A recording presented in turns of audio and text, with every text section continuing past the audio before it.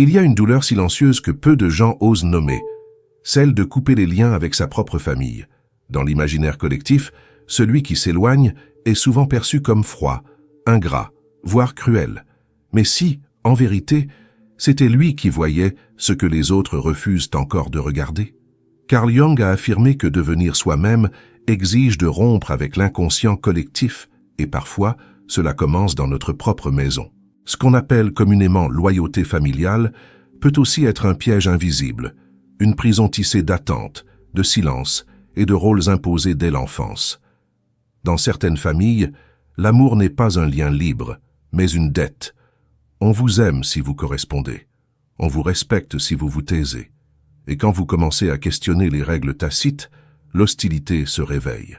Ce que la société voit comme une trahison, s'éloigner, poser des limites, refuser certains contacts, peut en réalité être un acte de lucidité. Le fruit d'années à essayer, à espérer, à pardonner, jusqu'au moment où le corps, l'âme ou l'esprit dit « assez ». Jung nous enseigne que l'individuation, ce processus par lequel nous devenons pleinement nous-mêmes, exige parfois une rupture, pas par haine, pas par vengeance, mais parce que rester dans certaines dynamiques revient à trahir sa propre vérité. C'est souvent le plus sensible, le plus éveillé, qui coupe les liens, non pas parce qu'il rejette l'amour, mais parce qu'il ne veut plus vivre dans une maison où l'amour est conditionnel. Rompre dans ce contexte n'est pas un acte impulsif, c'est une décision lente, douloureuse, mûrie dans le silence des nuits sans sommeil. Et quand elle arrive, elle choque. Non parce qu'elle est injuste, mais parce qu'elle révèle ce que personne ne voulait voir. Alors non, ce n'est pas toujours de la froideur. Parfois, c'est le courage de choisir la vie, même quand cela signifie marcher seul. Quand Jung parle de l'inconscient, il ne se limite pas à l'individu. Il évoque aussi ce qu'il appelle l'inconscient collectif, ce champ invisible où s'accumulent les mémoires, les symboles, les peurs et les tabous d'un groupe. Et la famille, elle aussi, a son propre inconscient. Naître dans une lignée, ce n'est pas seulement hériter d'un nom, d'un patrimoine ou de traits génétiques. C'est aussi recevoir des blessures qui n'ont pas été guéries, des histoires qui n'ont jamais été racontées, et des douleurs que personne n'a osé regarder en face. Chaque famille construit, consciemment ou non, un terrain psychique partagé, un espace où circulent les non-dits, les pactes de silence, les rôles figés et les vérités interdites, des vérités qu'on sent, mais qu'on n'a pas le droit de formuler. Dans ce climat, celui qui commence à poser des questions dérange l'équilibre. Il réveille l'ombre familiale, ce réservoir de conflits, de peurs et de désirs réprimés que tous ont appris à ignorer. Ce que Jung appelait l'ombre est cette partie de nous que nous refusons de voir. Et dans une famille, l'ombre devient souvent une affaire collective. Une faute enterrée, une blessure transmise, une vérité trop dangereuse pour être dite. Quand un membre commence à voir cette ombre, à ressentir l'injustice, l'étouffement, la manipulation ou l'absence d'amour authentique, il devient un miroir. Et les miroirs, dans certaines familles, sont insupportables. Rompre avec sa famille, ce n'est pas seulement fuir une relation, c'est aussi tenter de sortir d'un champ magnétique fait de loyauté inconsciente, de fidélité toxique et de scénarios qui se répètent depuis des générations. Et c'est là que réside le drame. Même quand le cœur aime encore, la psyché dit « stop ». Car rester parfois, c'est continuer à porter ce qui ne nous appartient pas. C'est hériter par obéissance de chaînes que personne n'a jamais choisi de briser. Dans certaines familles, on ne dit pas les choses, on les fait sentir. On ne formule pas les règles, mais on les applique avec une précision glaçante. Il existe un contrat invisible, tissé bien avant notre naissance, auquel chacun est sommé d'obéir. Ce contrat dicte qui a le droit de parler, qui doit se taire, qui porte les attentes, qui encaisse la colère, qui est valorisé, et qui sera sacrifié pour maintenir l'équilibre apparent. C'est un jeu de rôle ancestral, si bien huilé qu'il devient presque naturel. Jung nous montre que le psychisme collectif d'une famille cherche à maintenir sa cohésion. Mais cette cohésion a un prix. Elle repose souvent sur des compromis inconscients, sur des renoncements intimes, sur le refoulement de l'authenticité. Et quand quelqu'un dévie du script, quand il commence à dire ce qui dérange, à poser des limites, à nommer ce qui a été nié, la punition ne tarde pas. Elle est rarement brutale. Elle est plus perverse, plus discrète, mais terriblement efficace. On détourne le regard. On change de sujet, on fait sentir qu'on a exagéré. On retire l'affection. On crée un climat d'hostilité diffuse. Et alors, un message s'imprime dans la chair. Si tu veux être aimé, tais-toi. Si tu veux appartenir, joue le jeu. Ce contrat est d'autant plus puissant qu'il n'est jamais nommé. Il opère dans l'ombre, avec la force d'un dogme familial. Rompre avec lui, c'est vivre un séisme intérieur. C'est perdre la sécurité du connu, risquer l'exclusion, affronter la solitude. Mais ne pas le rompre, c'est s'abandonner. C'est consentir, jour après jour, à la lente érosion de soi. Celui qui brise le silence ne cherche pas à détruire la famille. Il cherche à sortir du mensonge. Et pour beaucoup, c'est une question de survie psychique. Dire la vérité là où le mensonge fait loi, c'est déjà un acte révolutionnaire. Dans chaque famille, il y a parfois un être à part, un enfant ou un adulte qui sent ce que les autres s'efforcent de ne pas voir. Il perçoit les tensions dans les silences, les blessures derrière les sourires, les manipulations sous les gestes d'affection. À première vue, il semble trop sensible, trop émotif, trop compliqué. En réalité, il est lucide. Ce que Jung appelait la fonction intuitive, cette capacité de sentir ce qui est caché, est souvent suractivée chez celui qui devient le truth teller, le porteur de vérité. Non pas par choix, mais parce que son corps, son âme, son attention ont dû se développer en terrain miné. Dans une famille où l'amour est mêlé au contrôle, où la tendresse est conditionnelle, où la vérité dérange, la sensibilité devient un mécanisme de défense. Être attentif, c'est survivre. Lire entre les lignes, c'est éviter les coups. Anticiper, ressentir, observer, c'est se protéger. Ce truth-teller est souvent l'enfant silencieux dans un coin, l'adolescent rebelle, l'adulte qui s'éloigne. On le critique pour son exagération, son besoin de distance, son hypersensibilité. Mais ce que l'on nomme faiblesse est en réalité un raffinement psychique, une vigilance née du chaos. Il voit, il ressent, il comprend avant les autres. Et c'est précisément pour cela qu'il dérange, car sa simple présence remet en question la version officielle de l'histoire familiale. Il ne joue plus le jeu, il n'accepte plus les excuses, il ne rit plus aux blagues qui humilient, il ne veut plus faire comme si. Alors il devient l'étrange, le distant, l'incompris.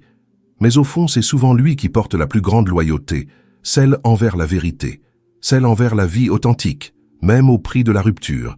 Et parfois, la rupture est la seule façon de préserver ce qu'il y a de vivant en soi. Dans la dynamique familiale, celui qui dérange est souvent désigné comme celui qui est malade. C'est une inversion cruelle mais fréquente. Le plus conscient, le plus sensible, devient le symptôme apparent d'un système malade qui refuse de se regarder. Carl Jung comprenait bien cette mécanique. Il savait que ce que la famille rejette dans un de ses membres est souvent ce qu'elle refuse de voir en elle-même.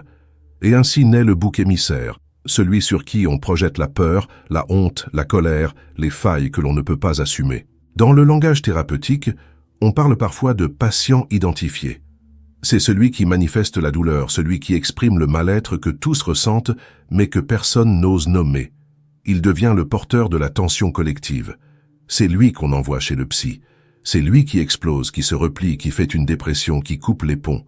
Et alors, on dit, tu vois, il est instable. Il a toujours été fragile. Il est ingrat. Mais rarement on se demande, qu'est-ce que ce symptôme révèle du système? Le patient identifié n'est pas le problème. Il est le signal d'alarme.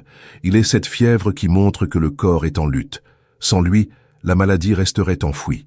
Dans certaines familles, l'équilibre repose sur un déséquilibre caché. Chacun joue son rôle, chacun évite le vrai conflit. Et le seul qui ose rompre ce pacte de silence devient la cible. Non pas parce qu'il est mauvais, mais parce qu'il est devenu dangereux pour l'illusion commune. Jung nous invite à aller au-delà des apparences, à voir que celui qui est rejeté, isolé ou ridiculisé est peut-être le plus éveillé. Celui qui, par sa souffrance, met en lumière ce que personne n'a encore eu le courage d'affronter. Rompre dans ce contexte n'est pas un caprice, c'est un acte de santé mentale. Une tentative de ne plus être le symptôme, mais de devenir enfin sujet de sa propre histoire. Dès l'enfance, chacun reçoit un rôle à jouer dans la famille. Le gentil, le fort, le médiateur, le responsable, le sauveur, le silencieux ou le problème. Ces rôles ne sont pas choisis. Ils sont attribués, souvent inconsciemment, pour maintenir l'équilibre émotionnel du groupe. Mais à quel prix? Carl Jung a nommé individuation ce long processus par lequel l'être humain se libère des identités imposées pour devenir enfin lui-même, entier, complexe, unique. Or, on ne peut pas s'individuer tant qu'on joue un rôle pour appartenir, tant qu'on cherche à plaire, à ne pas déranger, à coller à une image. Dans une famille dysfonctionnelle, ces rôles deviennent des prisons. Le Golden Child, l'enfant modèle, sacrifie sa spontanéité pour mériter l'amour. Le sauveur s'épuise à réparer ce qui ne peut pas l'être. Le bouc émissaire incarne les tensions refoulées. Et quand l'un d'eux commence à se questionner, à dire non, à poser des limites, à exprimer un autre visage de lui-même, l'équilibre vacille. La famille se défend. Elle dira « Tu as changé. Tu n'étais pas comme ça. Tu nous rejettes. » Mais ce n'est pas un rejet. C'est une renaissance. S'individuer, c'est avoir le courage de décevoir les projections, de ne plus porter les attentes des autres, de se retirer parfois pour pouvoir se retrouver. Jung disait que l'individuation implique souvent un retrait temporaire du collectif. Cela ne signifie pas couper les liens par haine, mais prendre la distance nécessaire pour entendre enfin sa propre voix, loin du vacarme des injonctions familiales. Et parfois, cette distance devient durable, non par fermeture du cœur, mais parce que le retour n'est plus possible. Car une fois qu'on a vu, une fois qu'on s'est libéré, il devient impossible de rejouer le rôle. On ne devient pas soi en répétant une pièce écrite par d'autres. Il faut parfois sortir du théâtre pour enfin respirer. De l'extérieur, tout semble calme. Les repas de famille ont lieu, les photos s'accumulent, les sourires tiennent encore. Mais à l'intérieur de celui qui s'apprête à rompre, quelque chose meurt depuis longtemps. Une lente asphyxie de l'âme. Une douleur quotidienne, si subtile qu'elle en devient invisible. Ce n'est presque jamais une dispute violente qui provoque la rupture. C'est plutôt une accumulation silencieuse, une mort par 1000 coupures. Le regard qui juge, le commentaire qui humilie, l'absence d'écoute, la parole niée, le besoin ignoré. Chacune de ces micro-violences, prises isolément, semble anodine. Mais répétée jour après jour, année après année, elle use, elle ronge, elle détruit la confiance en soi, la joie, le sentiment d'exister. Et puis un jour, sans crier gare, la clarté surgit. Ce n'est pas un cri, ce n'est pas une explosion, c'est un silence intérieur d'une lucidité tranchante. On voit, on comprend, on sait. À ce moment-là, ce n'est pas la colère qui parle, c'est la conscience, une conscience glacée, mais limpide. Le corps ne veut plus, l'âme ne peut plus, et la personne part, parfois sans bruit, parfois en laissant une lettre ou un simple silence prolongé. La société voit cela comme une fuite, mais ceux qui l'ont vécu savent, ce n'est pas une fuite, c'est un dernier acte de survie. On ne coupe pas pour punir, on coupe pour ne pas se perdre davantage. Il faut comprendre ceci. Très souvent, celui qui part a tout tenté avant. Il a dialogué, pardonné, espéré, négocié, minimisé. Il a porté seul l'effort de la paix, jusqu'à comprendre que ce n'était pas lui le problème. Le point de rupture n'est pas un accident. C'est un choix tragique, mûri dans la solitude, et parfois le seul choix possible pour sauver ce qu'il reste de vivant en soi. Si partir est si difficile, ce n'est pas seulement à cause de l'attachement. C'est aussi à cause de l'arsenal symbolique que la famille, la culture et la religion ont érigé autour de l'idée de loyauté. Honore ton père et ta mère. La famille, c'est sacré. Le sang est plus fort que tout. Ces phrases ne sont pas neutres, elles forment une cage dorée. Elles sont utilisées, parfois consciemment, souvent inconsciemment, pour maintenir les individus dans un rôle de loyauté silencieuse, même au prix de leur propre souffrance. Carl Jung savait que la culpabilité est une des forces les plus archaïques de la psyché. Elle naît quand nous nous détournons du chemin attendu, même si ce chemin nous tue à petit feu. Cette culpabilité-là ne vient pas de notre cœur, mais de notre conditionnement. Elle est souvent renforcée par une morale religieuse rigide qui confond obéissance et amour, sacrifice et vertu. On nous enseigne à pardonner sans cesse, à nous taire, à porter la croix familiale, comme si souffrir était noble. Mais il faut distinguer deux formes de culpabilité. La culpabilité saine, qui naît quand on trahit nos propres valeurs. Et la culpabilité toxique, qui surgit quand on ose vivre une vérité qui contredit le scénario familial. Celui qui coupe les liens, même pour des raisons justes, est souvent envahi par cette deuxième forme. Il doute, il se juge, il vacille. Non pas parce qu'il a commis une faute, mais parce qu'il a osé sortir du rôle assigné. Et le système le sait. C'est pourquoi la culpabilité est si souvent utilisée comme outil de contrôle affectif. On dit « tu nous blesses, tu nous tournes le dos, tu brises la famille ». Mais on ne parle jamais de la douleur qui a précédé la rupture. Briser le lien dans ces conditions demande une force intérieure immense. C'est un acte d'intégrité radicale. Choisir la vérité intérieure, même quand le monde entier crie que vous avez tort. Rester dans une dynamique familiale destructrice, c'est parfois plus dangereux que partir. Ce n'est pas seulement une question de mal-être personnel, c'est une question de transmission. Car ce que l'on tolère, on enseigne. Ce que l'on cache, on lègue. Ce que l'on endure en silence devient un modèle silencieux pour ceux qui nous regardent vivre. Jung nous montre que ce que nous refusons d'intégrer dans notre conscience devient une ombre. Et cette ombre, nous la transmettons. Pas par volonté, mais par mécanisme. Elle passe dans les gestes, dans les mots qu'on évite, dans les regards, dans les silences. Elle s'inscrit dans la psyché de ceux qui viennent après nous. Quand un adulte continue de jouer un rôle dans sa famille, en se niant, en se taisant, en acceptant l'humiliation ou la manipulation, il montre à ses enfants que l'amour doit faire mal, que l'appartenance exige le sacrifice de soi, que les limites ne sont pas permises. C'est ainsi que se perpétue le traumatisme générationnel, non dans les faits seuls, mais dans les dynamiques non transformées. Rompre dans ce contexte devient un acte éthique, une coupure qui n'est pas un rejet, mais un choix de ne pas contaminer les générations suivantes avec le non-dit, la colère refoulée, l'angoisse intériorisée. Celui ou celle qui dit non à une famille malade ne coupe pas seulement pour lui-même. Il interrompt une chaîne. Il pose un acte de protection. Il offre à ses enfants, biologiques ou symboliques, la chance de grandir dans un autre climat, celui de la clarté, du respect, de la vérité. Rester parfois, c'est pactiser avec l'abîme. C'est devenir complice d'un scénario destructeur, simplement parce qu'on n'a pas osé en sortir. Mais sortir, c'est tracer une nouvelle voie. C'est refuser d'être le messager d'un mal ancien. C'est semer, dans le silence douloureux de la rupture, les graines d'une histoire différente. Couper les ponts avec sa famille ne provoque pas un seul type de douleur. C'est un deuil hybride, complexe, souvent incompris. Car on ne pleure pas la mort d'un être. On pleure la mort d'un lien, la fin d'un espoir, la chute d'une illusion qui nous a soutenus pendant des années. Il y a d'abord le soulagement, le calme après le chaos, le silence après des années de tension, le souffle profond qu'on n'avait pas pris depuis l'enfance. On retrouve l'espace mental, la paix corporelle, la sensation d'exister sans surveillance intérieure constante. Mais ensuite, souvent de façon inattendue, arrive le manque, un vide étrange, non pas forcément de la personne réelle, mais de ce qu'elle aurait pu être, du rêve de réconciliation, de l'amour qui n'a jamais eu lieu, du parent que l'on n'a jamais eu, mais qu'on a continué à attendre. C'est un deuil sans rituel, sans cercueil, sans condoléances. Personne ne vous dira « je suis désolé pour ta perte ». Pire encore, certains vous diront que vous êtes responsable, que vous avez exagéré, que vous allez regretter. Ce deuil inclut aussi une solitude sociale.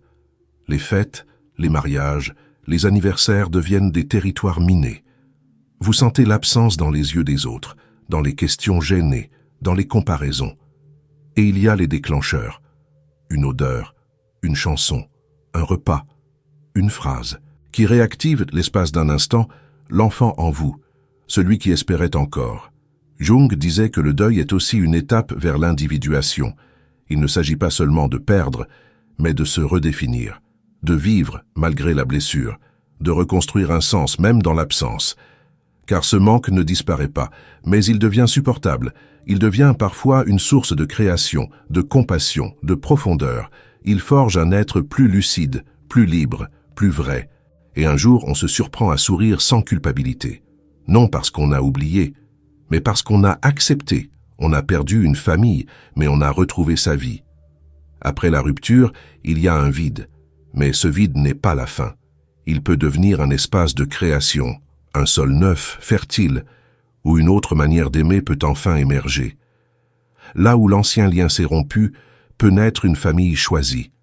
Contrairement à la famille biologique, la famille choisie repose sur des liens libres. Des relations tissées non pas par obligation, mais par réciprocité, par respect, par choix conscient. Ce sont des amitiés profondes, des partenaires de vie sincères, des mentors, des âmes sœurs, des présences qui nourrissent au lieu de contrôler. Et surtout, ce sont des relations où l'on peut être soi sans jouer un rôle, où la vérité n'est pas une menace, mais une base commune, où les conflits ne sont pas niés, mais traversés avec maturité. Jung aurait dit que cette reconstruction est une étape du processus d'individuation. Une fois séparé du noyau familial ancien, l'individu n'est plus prisonnier de ses anciens rôles. Il peut choisir les relations qui soutiennent son devenir, plutôt que de répéter les scripts du passé. Cela prend du temps, car la blessure enseigne la prudence. La peur d'être à nouveau trahi, rejeté ou manipulé reste présente, mais peu à peu, une nouvelle carte de l'amour se dessine. On apprend à poser des limites saines, sans se sentir coupable. On apprend à recevoir sans méfiance. On apprend que l'amour vrai n'a rien à voir avec la dette, le contrôle ou le silence. Et souvent, on devient à son tour source de sécurité pour d'autres.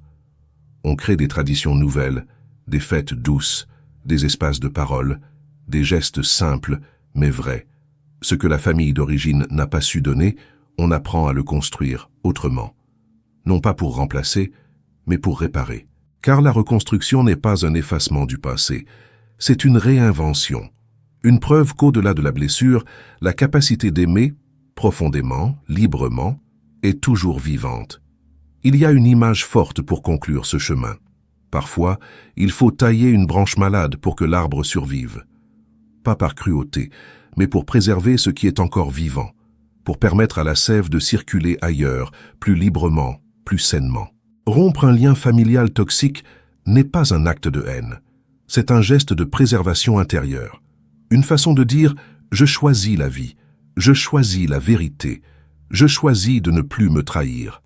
La société appelle cela froideur. L'inconscient familial crie à la trahison.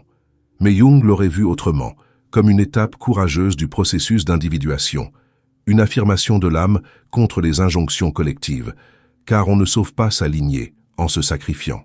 On ne sauve pas ses ancêtres en répétant leurs blessures. On les honore réellement, en interrompant la chaîne, en refusant que l'ombre continue à se transmettre. Et cela demande une immense force, car le deuil, la culpabilité, la solitude vous accompagnent. Mais un jour vous regardez en arrière, et vous voyez le chemin parcouru. Vous n'avez pas été dur, vous avez été lucide, vous n'avez pas détruit. Vous avez mis fin à ce qui vous détruisait. Et à ceux qui doutent, qui vacillent, qui culpabilisent encore, rappelez-vous ceci. Ce n'est pas vous le problème. Ce n'est pas vous qui avez abandonné. C'est vous qui avez choisi de vivre éveillé dans un monde où tant préfèrent dormir debout. Élaguer l'arbre, ce n'est pas renier ses racines, c'est leur donner une nouvelle chance. C'est créer un espace où l'amour, enfin, pourra respirer, où la vérité pourra circuler, où vous pourrez transmettre autre chose à ceux qui viendront après. Vous n'êtes pas froid, vous êtes réveillé. Si vous êtes arrivé jusqu'ici, merci. Merci d'avoir écouté avec votre cœur. Merci d'avoir eu le courage d'explorer un sujet que beaucoup préfèrent éviter. Peut-être que cette vidéo a mis des mots sur ce que vous ressentez depuis longtemps. Peut-être qu'elle a réveillé des souvenirs, des douleurs, ou simplement une vérité que vous portiez en silence. Je vous invite à partager dans les commentaires ce que cela a réveillé en vous. Votre histoire peut éclairer celle d'un autre. Ici, vous n'êtes pas seul. Et si ce type de contenu résonne avec votre chemin intérieur, abonnez-vous à cette chaîne. D'autres vidéos arrivent, toujours avec cette même intention. Comprendre, guérir, transformer. Enfin, si vous connaissez quelqu'un qui a vécu une rupture familiale douloureuse, partagez-lui cette vidéo. C'est parfois un simple mot, une simple phrase qui change la façon dont on porte son histoire. À très bientôt. Prenez soin de vous et n'oubliez jamais, vous n'êtes pas brisé. Si ce sujet t'a parlé et que tu veux aller plus loin, mon e-book complet est disponible, lien dans la description.